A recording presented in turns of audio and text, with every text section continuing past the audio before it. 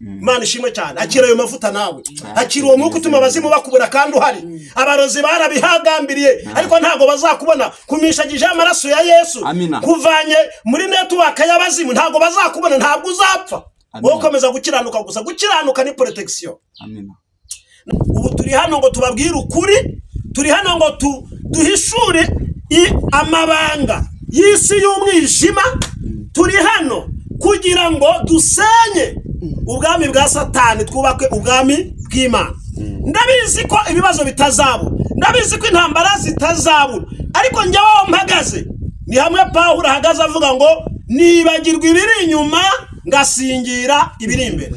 Sinshaka kuba uwo abantu bashaka komba we, ahubwo ndashaka kuba uw'Imana ishaka. Turi hano kugira ngo tubaho ubutumwa bwiza bwa Yesu Kristo. Turi hano kugira ngo dusenge amaso y'imitima y'igigoma agatongera, bakicaza wa muntu ku ntebe za kinyarwanda bagatongera. Nyabingi turaguhaye, tuguhaye abana ba, tuguhaye abuzukuru, tuguhaye abuzukuruza, tuguhaye ubuvivi, tuguhaye ubuvivuri. Utazagukorera azagwe kugasa, ntakaramizwa amata, azitwe n'icumu ryawe w'ingabo wanyundi. Hanyuma n'iryo jambo rivuga ngo ni Imana mu yindi mare bashiramo ikigirwamana cyitwa Ashera. Ashera nayo yari ihagarariye ubusambanyi bw'abagore ku bagore. Ubu busambanyi bufite imbaraga nyinshi cyane. Baturuka mu bantu b'abanyabyaha bapfuye bagashingura imibiri yabo, imyuka yabo igahinduka abadayimoni. Aba badayimoni nibo biteranya ku bapfumu n'abarozi. Kandi muraho turabasuhuje nanone mu izina rya Kristo Yesu. Abakunzi bacu aho muherereye hose, bari mu gihugu cyacu cy'u Rwanda turabashuhuje, abari mu bihugu by'ibituranyi mwese ndetse n'abari mu mahanga ya kure, ndavuga umugabane wa Amerika, umugabane w'Uburayi n'indi migabane itandukanye. Mwese turabizi ko mutwereka ko mudukunda. Imana ibaho umugisha. Ni mwene so Ndayisaba Pascal, ni Negebu TV. Uyu mwanya mukurikiye tugize umugisha wo kongera guhabwa amahirwe ngo tubane n'umukozi w'Imana. Ndabizi neza ko mumaze kumumenya kandi mumukunda muri benshi. Uyu munsi wa none data wa twese yongeye kumuturarikira kugira ngo tuganire ijambo ry'Imana, kandi yarabidusezeranije ko inshuro nyinshi agiye kuduha ibitugirira umumaro bikatwubaka mu buryo bw'umwuka. Munyemerere twihuse tumwakire yongere adusuhuze, namara kudusuhuza tumuhe umwanya tugezeho icyo data yateguye kuri uyu munsi. Bakundwa mu mwami Yesu Kristo ashimwe, turabasuhuje mu izina rya Yesu Kristo wa Nazareti. Amen. Kandi tubifuriza umugisha w'Imana, ukuboko kw'Imana gukomeze kubarambukira. Nk'uko mubimenyereye nyine ne kwa kundi baturarika tukaza gufatanya gusangira imigisha yo mu ijambo ry'Imana. Aho muri mu bihugu bitandukanye turabashimira uburyo mukomeza gukurikira ijambo ry'Imana, mubigaragarisha gukora share, subscribe ndetse na comment. Aho waba uri hose ukwiriye kuba umwigisha w'ijambo ry'Imana. Ushobora kuba utazi kubwiriza ariko usharinze mugenzi wawe agasoma nawe cyangwa kumva izo nyigisho uzamugirira umumaro. Dushimiye umukozi w'Imana bakunda natwe dukunda uhora turarikira kuza gusangira ijambo ry'Imana. Amazina ni Reverend Pasteur Dusengimana Theophile. Mboneyeho n'umwanya wo kubamenyesha ko iyi channel niyo tugiye gukomerezaho kubabwira ibintu byinshi bitandukanye nk'uko twabibasezeranije. Uyu munsi rero nyakubahwa munyamakuru, reka nsezeranye wowe ubwawe n'abaduteze amatwi ko tugiye gukora ibiganiro ariko bigiye biri mu masere, bifite intego yo kuvana Yesu imbaraga zimira izindi mbaraga. ariko tuzafokasinga cyane ku mwuka wa Yezebeli. Ni ikiganiro kizagenda kigaruka kugira ngo turebe iyi myuka ikomeza itera abantu ivahe, ikorite, ifite izihe ntego ku bantu, kugira ngo abantu bamenye rimwe na rimwe ibyo bagenda bigana iyo bituruka n'ingaruka zabyo. Munyemerere rero dusenga Imana kugira ngo tubahe icyanditswe. Urakoze Mwami Yesu, turagushimiye. Tugushimiye umwanya mwiza uduhaye wo gusangiza abera ijambo ryawe. Umugisha umuntu wese uri butega amatwi iki kiganiro, uha umugisha umuntu wese uzakireba, uzakangurira mugenzi we kukireba, abo bose ubaha umugisha. Twirukanye imbaraga zose z'umwijima, duhamagaye umwuka wera w'Imana kugira ngo afatanye n'umwuka w'ubwenge n'ubumenyi Imana yaduhaye, kugira ngo duhe abanyarwanda n'isi yose indyo yuzuye. Ngushimiye kuko iyi hoteli ariyo wahisemo gutekera abaduteza amatwi. Ndasenze kugira ngo imitima yacu ari ugiye kuvuga ijambo ryawe, ari n'abaribwirwa, amaraso ya Kristo atweza dutunganye, kugira ngo ijambo ryawe rize rigwa mu butaka bwiza bwejejwe n'amaraso ya Kristo. Utangirane natwe, usozanye natwe, mu izina rya Yesu Kristo, umwami n'umukiza wacu. Amen. Reka dusome ijambo ry'Imana riri mu gitabo cy'ibyahishuriwe Yohana. Turasoma igice cyaho cya 2:18 niho turi buhere, hanyuma tuze gusoza n'umurongo wa 24. Hanyuma ndashaka n'amagambo maremare ariko ndayasoma nihuse, turi buteranyeho n'irindi nakazagenda kagaruka kuri uyu mwuka wa Yezebeli. Ariko uzumva iki kiganiro wari we wese, nta kindi cyagushoboza guhangana n'uyu mwuka wa Yezebeli, nuko uko tuzajya dusenga uzavana Yesu imbaraga zimira izindi mbaraga, kugira ngo bashe guhangana n'uyu mwuka, kugira ngo bashe guhangana n'amayoberane ya Satani. Aravuze ngo wandikire marayika w'itorero ry'Ituwatira uti, umwana w'Imana ufite amaso asa n'ibirimi by'umuriro n'ibirenge byo bigasa n'umuringa w'umuteka, aravuga aya magambo: nzi imirimo yawe n'urukundo rwawe no kwizera kwawe no kugabura kwawe no kwihangana kwawe, n'uburyo imirimo yawe ya nyuma iruta iya mbere kuba myinshi. Nukuba myinshi, ntago bavuze kuba myiza, kuba myinshi. Nyamara mfite icyo nkugaya, nuko ukundira urya mugore Yezebeli wiyita umuhanuzikazi, akigisha imbata zanjye, akaziyobya kugira ngo zisambane kandi zirye intonorano. Zisambane kandi zirye intonorano. Icyakora namuhaye uburyo bwo kwihana, ariko ntiyashaka kwihana ubusambanyi bwe. Dore nzamugusha ku buriri, muteze amakuba menshi n'abasambane be, nibatihana imirimo yabo mibi. 23. Kandi n'abana be nzabicisha urupfu, amatorero yose amenye yuko ari nge urondora ubwenge n'imitima, kandi ko nzitura umuntu wese muri mwe ibikwiranye n'ibyo yakoze. 24. Aho muhaca akarongo netoben. Ariko mwebwe mwese abasigaye b'Ituwatira badakurikiza izo nyigisho, kandi batazi ibyo babandi bita ubwiru, aribwo bwiru bwa Satani, ndababwira nti nta wundi mutwaro mbikoreza kiretse uyu, nuko mukomeze icyo mufite kugeza igihe nzazira. Abasigaye b'Ituwatira. Hano harimo amagambo akomeye ndibuze kubabwira. Muri hangana nagizemo akagiripe, ariko sorry. Noneho reka dusoreze muri Timoteyo wa 2:4 kugeza 4. Timoteyo wa 2 igice cya 4 umurongo wa 3 n'uwa 4.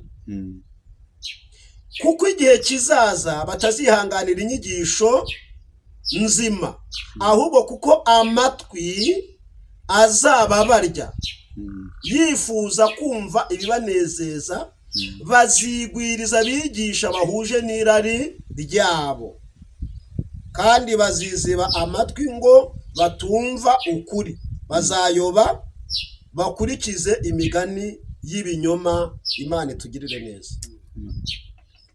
Twavuze ko bakundwa mu mwami, isi y'umwijima ihagarariwe n'abapfumu n'abarozi ndetse n'abadayimoni.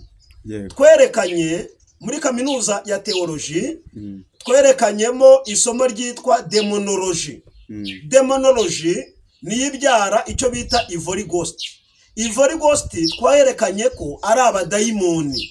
Uri kubyumva? Abo badayimoni baturuka mu bantu b'abanyabyaha bapfuye, bagashingura imibiri yabo, imyuka yabo igahinduka abadayimoni. Aba badayimoni nibo biteranya ku bapfumu n'abarozi, bakaba bajenti bahagarariye Satani n'abamarayika babi. Iyi myuka rero yusomye Abefeso 6 niyo itorero ry'Imana n'abasenga bahanganye nayo. Ariko umwanditsi w'Abefeso ibice 6 ku murongo wa 10 haravuga ngo ibisigaye mukomerere mu mwami no mu mbaraga z'ubushobozi bwe bwinshi, mwambara intwaro zose z'Imana kugira ngo mubashe guhagarara mudatsinzwe n'uburiganya bwa Satani. Batangira bavuga izi ntwaro. Iya mbere ni ugukenyera ukuri, kabiri ukambara gukiranuka, gatatu ugakweta inkweto nk'ubutumwa bwiza aryo jambo ry'Imana. Mwabyumvise? Noneho akira inkota y'umwuka. Nimuvuge ngo amen. Aryo jambo ry'Imana. Ngo ikigeretse kuri ibyo mutware kwizera. Impamvu mugomba gutwara kwizera mukitwaza n'izo ngabo nuko tudakirana n'abafite inyama n'amaraso, ahubwo dukirana n'abatware n'abafite ubushobozi n'imyuka y'ahantu ho mu kirere. Nababwiye ko Satani n'abamarayika babi, mwabyumvise? Ntabwo marayika Mikayire arwana na Satani, ntabwo yamujugunye ku isi, ahubwo yamujugunye hagati y'isi n'ijuru. Kandi cyatumye Satani yigumura byatewe nuko Imana yaremanye umuntu ibintu bitandatu imwongeza bibiri. Icya mbere muremanya ubwenge, icya kabiri muremana ubutware, icya gatatu muremana guhitamo neza, icya kane muremana uburenganzira, icya gatanu imuremana kororoka. Uri kubyumva? Icya gatandatu imuremana icyo bita ubutware, gutegeka, kuyobora. Imwongeza bibiri, imwongeza igihe, imwongeza n'uburyo. Muri ibi bintu ikintu gihenze ni igihe. Hari igihe uba ufite igihe, uri kubyumva, ariko udafite uburyo. Hari igihe uba ufite uburyo ariko udafite igihe. Igihe cyawe rero ni none. Iyi myuka itamaze kumenya uko ikora n'imbaraga ifite, uhora urwana n'ibintu, uri kubyumva, ariko utazatsinda. Ariko bimaze kumenya inkomoko y'iyi myuka, umenya uko usenga. Iyi myuka rero niyo ihora inyaga abantu. Tagati y'iyi myuka ni ukujyana inyenyeri y'umuntu. Wowe ukabaho ariko warapfuye uhagaze. Aho kugira ngo upfu uhagaze wapfa ukavaho. Hanyuma rero Timoteyo mwumvisha uko avuze. Uri kubyumva? Ngo ntabwo bazihanganira inyigisho nzima, bazigwiriza abigishwa bahwanye n'irari ryabo, ngo amatwi azaba barya. Ntabwo bazaba bagishaka inyigisho nzima, ahubwo bazigwiriza abigishwa, yewe nibashake banabishyure, ariko babigisha ibihwanye n'irari ryabo. Ngo ariko weho, haleluya, ndashaka kuvugana nawe, weho. Hanyuma twasomye irindi jambo. Ubundi igitabo cy'ibyahishuwe kirimo ibice bibiri. Iki gitabo cyanditswe na Yohana. Uyu Yohana ni umwe bajugunye mu ngunguru y'amavuta, aho kugira ngo amavuta mutwike. Imana ihamagara amavuta, irayabwira ngo mboherereje undi munyamavuta. Nta mavuta atwika ndi, mwubahane. Ikintu amavuta y'isi yakoze kuri Yohana nuko yamutaransforomye gusa. Yagiyemo ari umusaza, amavuta aramuhindura avamo ari umusore. Amen. Nta mavuta atwika ndi. Impamvu Saduraka, Meshaki na Abedenego baciye mu muriro ntibashe nuko nabo barindi imiriro. Impamvu Daniyeli bamujugunye mu rwobo rw'intare, intare ntizimurye, muri we yari yaramize intare yo mu muryango wa Yuda. Haleluya. Intare rero ziramenyana, amavuta aramenyana. Buriya ubwenge bumenya ubundi n'ubucucu bukamenya ubundi. Imana itugirire neza. Amen. Rero bene data bakundwa mu mwami, turi hano kugira ngo tubaho ubutumwa bwiza bwa Yesu Kristo. Turi hano kugira ngo dusenge amaso y'imitima yanyu ahweze, abantu bamenye ukuri, bave mu buyobe, bave mu bigare, bige gusenga, kuko umwenda wari ukingirije ahera watabutsemo. Haleluya. Imana irasha abantu benshi bahinduye aho bari bari, ariko ntibahindura uko bari bari. Bavuye mu cyaro baza mu mujyi, ariko ibyo bakoraga bakiri mu cyaro barabyimukanye. Ariko Pawulo aravuze ngo nuko muhinduke rwose mugize umutima mushya. Imana ishimwe. Uyu Yohana rero amaze kujugunywa mu ngunguru y'amavuta, murabizi ko amavuta yamuhinduye umusore. Babonye adapfuye bamujugunya ku kirwa Patimo. Ku kirwa Patimo hari ibintu bigera kuri 70, nta mwanya dufite wo kubisubiramo. Ariko ni ahantu bajugunyaga abantu bakazapfirayo. Habaga neje, habaga ubukonje. Ikindi hari uduhanga tw'abantu bagiye bapfa bazira ubutumwa bwiza. Ikindi hari inzoka z'inziramire. Ikindi aha hantu ndakubwiza ukuri, ariko ngo Yohana hageze, haleluya, amen, ubwo arabihamije ngo ku munsi w'umwami Imana nari mu mwuka, nari ku kirwa Patimo, najugunyweyo bamahoro ubutumwa bwiza. Ariko ngeze ku kirwa Patimo kugira ngo njire ya myuka y'abarozi y'abapfumu, njire yambeho, Imana yanshize mu mwuka. Imaze kunshira mu mwuka, vuga ngo amen, amen. Numva ijwi rimbwira ngo va ku rwego rwo kumva ijwi, zamuka uze hano. Arazamuka. Imana ishimwe cyane. Reka ngubwire, hejuru y'ibyo uzi hari ibyo utazi ukeneye kumenya. Hejuru yo hejuru hari ahandi hejuru. Gusenga buri ushobora gushaka Imana ntuyibone, ariko wayishakashaka ukayibona. Hejuru yo hejuru hari ahandi hejuru. Niyo mpamvu mbakangurira ngo imitima yanyu ijijuke, imitima y'ibitekerezo ijijuke, mwunguke kumenya, mugire ubumenyi, knowledge, ariko mugire n'ubwenge. Imana ishimwe cyane. Kugira ngo, kuko ijambo riravuga ngo abantu banjye bapfuye ariko bazize kutamenya. Niko Yesaya 59 havuga. Hari abapfuye bazize kutamenya, hari n'abapfuye bazize kubura ubwenge. Ndagira ngo rero mukunde ubumenyi, mukunde ubwenge, mu bushake, mu bukurikire. Yakobo yaravuze ngo niba hari ubuze n'ubwenge abusaba Imana. Matayo 7:7 haravuga ngo musabe muzahabwa. Uzi iryo jambo icyo risobanuye? Risobanuye ngo musabe kugeza muhawe, mukomange kugeza mukinguriwe, mushake kugeza mubonye. Niba ugiye ku gipangu uzi ko abantu barimo, ugomba gukomanga kugeza bakinguye. Naho nurambirwa ukagenda, ni iryo jambo risobanuye. Ndashaka kuvuga ibintu bikeya kuko ntabwo nshaka gufata iminota myinshi cyane, kuko iki kiganiro kizajya kigaruka. Tugiye kwigisha umwuka wa Yezebeli umaze kugira impact ikomeye ku isi, ku bantu. Uri kubyumva? Uyu mwuka uturuka Yezebeli ni muntu ki? Noneho ntarangira mu mwuka wa Yezebeli, ibyashuwe birimo ibice bibiri. Igice cya mbere cyitwa uruhererekane rw'ibirimo. Icya kabiri ni igice kivuga ngo hahirwa usoma. Ni ubutumwa bwazanywe n'Imana. Imana ibuha Yesu, Yesu abuha marayika, marayika ngo abushyire undi marayika, umushumba uhagarariye itorero nawe yitwa marayika. Mwabyumvise?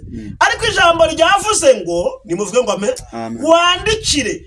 Yesu yatangiye yivuga, ufite amaso asa n'ibirimi by'umuriro. Bisobanuye ngo Yesu amaso ye, haleluya, amen, ntacyo ahishwa, arebera hose icyarimwe, akagira ibirenge bisa n'umuteka.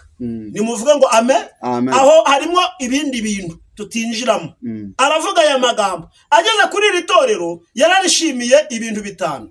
Nzi imirimo yawe, kwihangana kwawe, kugabura kwawe, vuga ngo amen. Nzi rwose ni byinshi, ndetse nzi nuko imirimo yawe iruti ya nyuma kuba nyinshi. Ariko rero ufite icyo nkugaya. Icyo nkugaya cya mbere ni uko ukundira urya mugore Yezebeli akagaburira intama zanjye wa muhanuzi witwa umuhanuzi kazi akagaburira intama zanjye akazigaburira ubusambanyi bwe ndetse akazigaburira n'intonorano ngo ariko ngo nimwumve uko ngiye kuzamugenza ngo namuhaye igihe cyo kwihana ariko ntiyashaka kwihana ubusambanyi bwe ijambo ryavuze ngo nzamugusha ku buriri n'abasambane be n'abana be kugira ngo amatorero yose yo mu isi amenye ko ari njye urondora imitima nkayimenya ngo ariko abasigaye bituwatira haleluya amina ngo batigeze bapfukamira Bayali ngo nta wundi mutwaro mbikoreza kirekuyo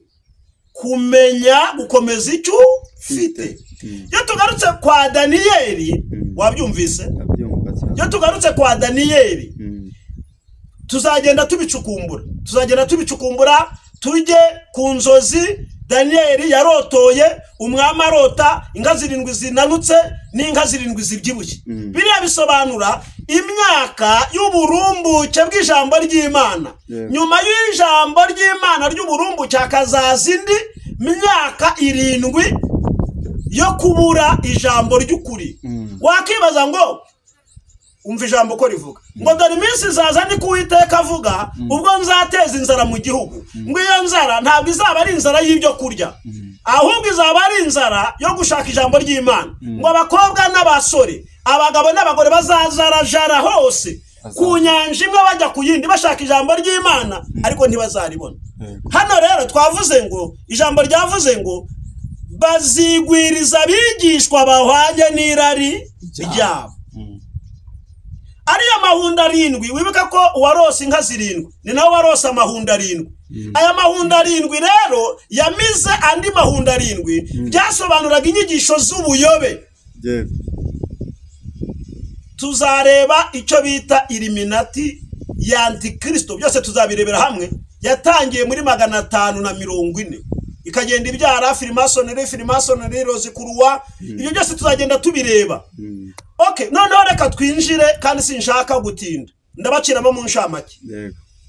Uyu Yezebeli n'uw'Isidoni. Isidoni bari bafite misiyo yo kwinjiza ibigirwamana muri Isiraheli. Niyo misiyo yabo gusa. Noneho ku ngoma y'umwami Ahabu yafashwe n'intege nke, asiga muri Isiraheli abakobwa, aragenda Gisidoni arongora umukobwa witwa Ezebeli. Ezebeli bisobanura Imana kazi y'indaya. Mwabyumvise? None uyu Ezebeli kiriya gihugu cyumvishe ko Ahabu yakunze umukobwa wabo, bari barabuze uko bazinjiza ibigirwamana mu gihugu. Ya data bumva barasakiwe, baravuga ati felicitation mukobwa mwiza, inkwano yatanze turazongeraho n'izindi tuzihi wanyu, ariko hari misiyo yacu turi buguhe. Barangije mu majyambere mu birongoranwa, mu bitahanwa, mu bishingiranwa, bashyiramo Imana 2 z'ibigirwamana. Muri marimwe bashyizemo ikigirwamana cyitwa Bayali, kihishe mu busambanyi bw'abagabo kuba gabo ubutinganyi. Mu yindi mare bashyiramo ikigirwamana cyitwa Ashera. Ashera nayo yari ihagarariye ubusambanyi bw'abagore ku bagore. Ubu busambanyi bufite imbaraga nyinshi cyane kugeza ku rwego abantu imibiri itagikoreshwa uko yaremewe. Bari gukora ubusambanyi bukaze, abagabo bagatinga abandi nk'inyamaswa, abagore bagatinga abandi nk'inyamaswa. Ubu ndetse byaranazamutse, ubu isi yamultipliye ibikoresho by'ibipupe bishushanyije mu bitsina by'abagabo. Mwabyumvise? Abagore abenshi bagenda bisambanyisha. Ubwo n'ubusambanyi bukomeye. Ariko Bibiliya yivuga ubusambanyi, ntabwo ibinavuga ubusambanyi bwo guhuza ibitsina cyane, nubwo nabwo burimo. Ubusambanyi bubi ni ugusambana n'isi, ni ugusambana n'ibigirwamana. Ubu hari abantu bafite imyuka y'abadayimoni kandi ikora yiyorosha umwuka w'Imana. Muri kubyumva? Abantu bakaba bitwa ngo bari gukoresha Bibiliya ariko bafite imyuka y'ikuzimu yo gutamba abantu y'ibitambo, bagahinduka abagenti ba shitani. Mukwiriye kwitonda. mukwiriye kwitonda, iyo myuka irahari.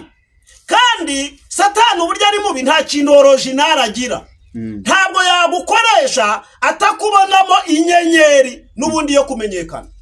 Aprofita influence ufite mu bantu, popularite ufite mu bantu, noneho agakora uburyo y'amano yawe, uri kubyumva, ayiteranyaho izindi z'abadayimoni, bakakongerera, uri kubyumva, ubushobozi bwo kuba wayobya abantu benshi. Ndabibutsa ko abantu baguruke basenge, kuko Satani n'imyuka mibi irahari. Twinjiye mu isi yo ibitambo, ubwo abantu basigaye batambwa n'isi y'umwijima.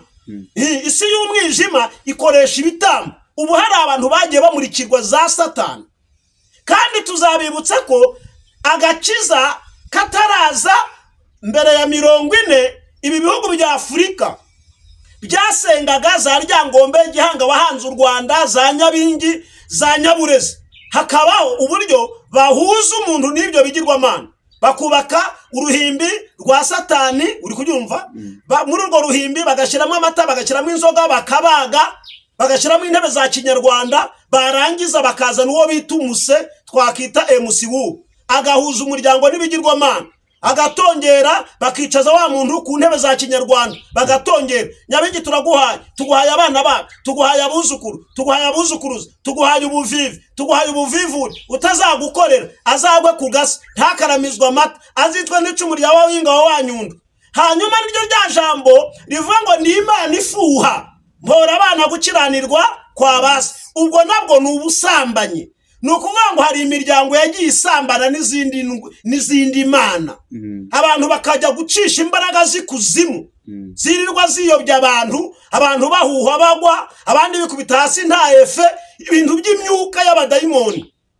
Kubera iki? Kuko barambiwe gutegereza, barashaka. Yuda yaravuze mu gice cya mbere 10 ngo ariko abo bantu batuka ibyo bazi ndetse n'ibyo batazi, babwirijwe na kamere yabo, barabyonanisha nk'inyamaswa zitagira ubwenge, bazabona ishano kuko bagendeye mu cyaha cya gahini. Matayo we yaranditse aravuga nibwo nzaberurira, mbabwire nti mwumve imbere mwankozi z'ibibi. Bavuga batekana bayo, twarahanuraga mu izina ryawe, twarakoraga ibitangaza mu izina ryawe, ati toka, sinigeze kubamenya. Uyu munsi biracyari vage ntibirasobanuka, ariko hari umunsi Imana izaberurira. Nuko rero Ezebeli aje muri Isiraheli azana imana ebyiri, kandi buri mana yari ifite abahanuzi. Bayali yazanye n'abahanuzi 150, Ashera yazanye nayo abahanuzi 100, bose biteranije baba 850. Ku cyumweru bagiye muri iri torero, mwabyumvise, Yezebeli abwira Ahabu ngo twasezeranye ivangamutungo, ufite imana usenga natwe wacu dufite izo dusenga, turagabana agatuti, turagabana uruhimbi, umbaho manika imana zanjye nawe ukomeze usenga imana yawe. Ageze mu rusengero ashinga ishuri ryigisha inyigisho z'abadayimoni. Ibi mubona ngo ibimasoro, abantu babyina bambaye ubusa, ingwatira, uri kubyumva, harimo misiyo ya Satani. Gute umuntu ashobora mu rusengero abantu bakambara ubusa? Monsherami, bari mu kazi, bafite Imana bari gukorera. Hanyuma ageze mu rusengero rw'Imana, reka nibute nsoze, asanga harimo abatambyi n'abahanuzi buzuye umwuka wera. Ahita ashyiraho itsembatsemba ryica abatambyi rikica n'abahanuzi. Noneho umugabo w'umuhanuzi witwaga Obadiya wabaga kwa Ahabu abonye ko umugore wa Ahabu witwa Ezebeli w'i Sidoni atangiye kwica abahanuzi, yiyemeza gufata abahanuzi 150 bahisha mu buvumo, abandi 50 bahisha mu buvumo. Akajya ajya gushaka ibyo kurya akabagaburira mu buvumo. Umwuka wa Ezebeli ukuraho umwuka w'Imana, ugahita uzana indi myuka y'abadayimoni. Umwuka wa Ezebeli ntushaka umuhanuzi, umwuka wa Ezebeli ntushaka umutambyi, umwuka wa Ezebeli ntabwo ushaka original, ahubwo ushaka pirate. Nicyo bakora. Imana tugire neza. Ibyo tuzabibabwira. Ubu turi hano ngo tubabwire ukuri, turi hano ngo duhishure amabanga y'isi y'umwijima, turi hano kugira ngo dusenye ubwami bwa Satani, twubake ubwami bw'Imana. Ndabizi ko ibibazo bitazabura, ndabizi ko intambara zitazabura, ariko njyewe mpagaze ni hamwe Pawulo ahagaze avuga ngo nibagirwa ibiri inyuma ngasingira ibiri imbere. Sinshaka kuba uwo abantu bashaka komba we, ahubwo ndashaka kuba uw'Imana ishaka komba we. Imana ishimwe. Hanyuma nsoza, Ezebeli, nimwumva Ezebeli, mwumve ko Ezebeli hari ibintu nka 90 yari afite bibi. Icyambere, ku bibero bye yashushanyagaho ibitsina by'abagabo yagushije. Ku mukondo we niwe bazanye mukondo awuze, mukondo wazi. Ku mukondo we yashyiragaho amaherena 7 avuga imana ziwabo. Ruje arevure yabidodobekaga umunwa bya ruje abwira abantu ko wari danje nyine, ni danje mu busambanyi. Yicaraga mu rusengero acandagaraje amaguru, ntabwo yambaraga yikwije, yarashwandagazaga kugira ngo umurebye wese irari ry'ubusambanyi rihite rimwinjiramo. Ikindi, yomekeranyaga inzara akagira inzara nk'izikizo. Ikindi, yapfundikanyaga imitsatsi ku buryo igenda ikubura mu muhanda. Yezebeli ashinga ishuri ryigisha inyigisho y'abadayimoni ku mugaragaro wo mu rusengero. Yica abahanuzi. Uyo Obadiya ni wa mugabo wapfuye, none amaze gupfa baza kujyana abana be hingwate. Ariko mu bari ibyo biryo Obadiya yatangaga, umugore aza gupereza asanga na Elisa yararimo. None aramusanga aramubwira ati, umugabo wanjye ariwe mugaragu wawe yarapfuye, ariko yapfuye ari mu mwenda, kandi mubariye kubyo yikopesheje nawe urimo. None urabivuga iki ko abana banjye babajyanye ngo bahinduke ingwate? Ariko Imana ntikiranirwa ngo yibagirwe umurimo. Bene data, haleluya. Wowe korera Imana ufite uburyo, utitaye ku magambo y'abantu. Nibavuga ukore, Imana ishimwe cyane. Nta bindi, bo nibavuge wowe ukore. Reka nihute cyane, Imana ishimwe cyane. Ngo nuko Elisa abaza uwo mugore ngo ufite iki? Umugore aramubwira ngo afite utuvuta. Aramubwira ngo utwo tuvuta nuduteranyaho kuba ufite imibanire myiza n'abaturanyi. Yakobo n'Abaheburayo baranditse ngo nimugire umwete wo kubana n'abantu bose amahoro n'uwo kwezwa, kuko utejejwe atazabona umwami Imana. Biba ngombwa ko uwo mubyeyi n'ubundi yabanaga n'abaturanyi. Inzira ijya mu ijuru ibanza guca ku muturanyi wawe.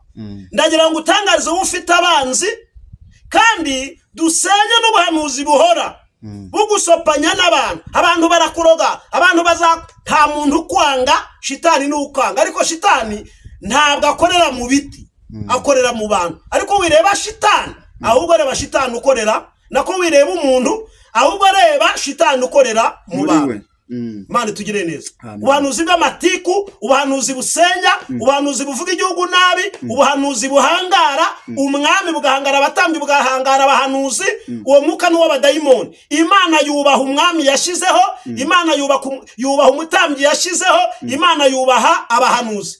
Imana ishimwe cyane. Ndagira ngo rero wowe ufite iterabwoba washizweho n'abahanuzi ba Bayali, no, nje kukubwira ngo Imana igufite umugambi.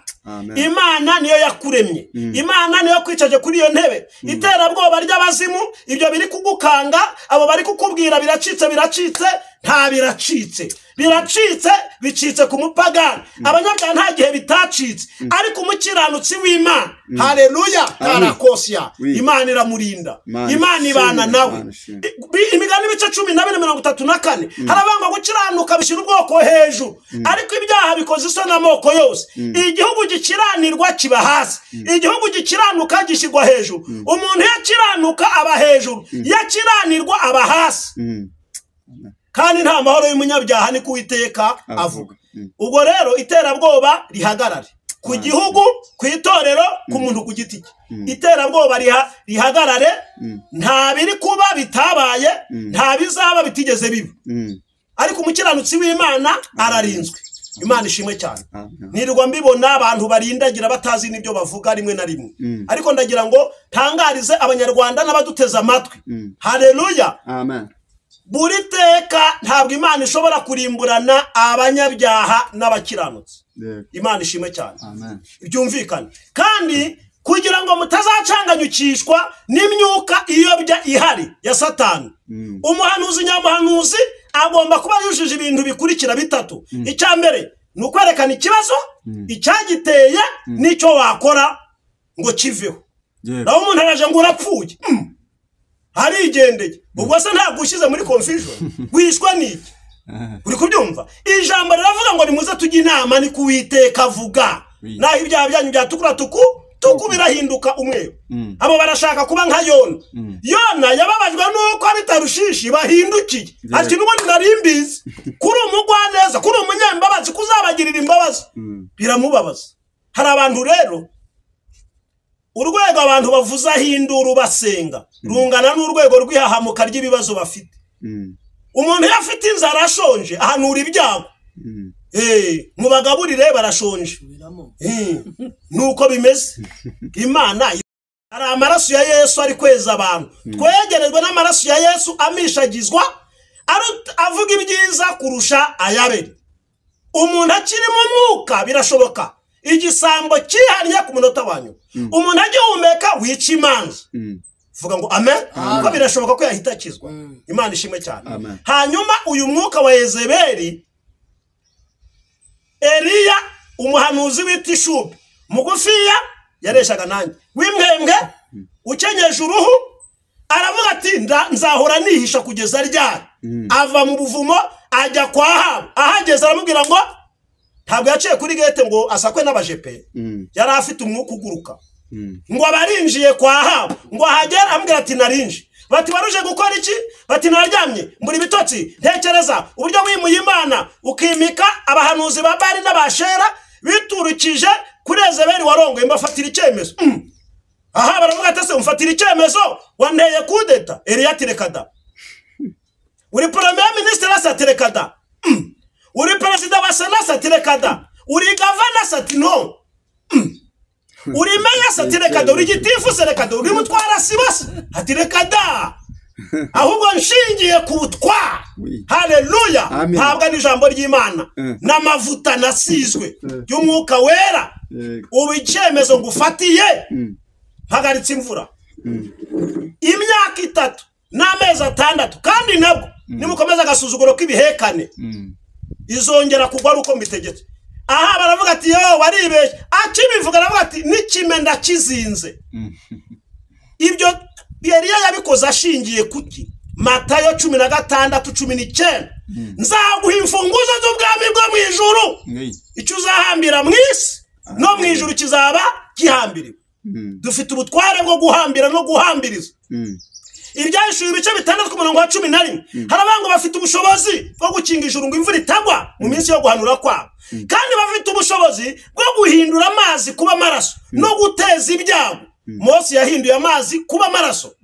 Eliya yakinze ijuru Joshua yakinze ijuru haleluya ibyo birashoboka cyane ibyo birashoboka Eliya abafatira icyemezo amazi aranyobwa amazi arafura amazi arakarabwa amazi areza amazi ubuzima bw'umwana mu nda ya nyina na amazi cyo cyakabiri na amazi y'amazi abuza abantu baruma bakumagara bakagagara bakagwengera Imana ifukura Eliya iriba ikerete vuga ngo amen abakiranutsi barya abandi bari gupfira vuga ngo amen akagezi k'ikerete gakamye Imana yamujyanye Sarufati vuga ngo amen Imana ikagihamagara ibikona bikagaburira Eliya inyama kugeza ubwo Ahabu ka perezida w'igihugu amanjiriwe abaturage batangira kumupfana ashiraho inzego z'iperereza na RIB na polisi muhiga Eliya ariko Eliya yari ari mu mwuka utuma bamubura kandi ahari haleluya Imana ishimwe cyane para muburaga kandi ahari bashaka kwikiganiro kitari butindi ariko numva kiryoshye cyane nimba uzagikatamo kabiri ntumbaze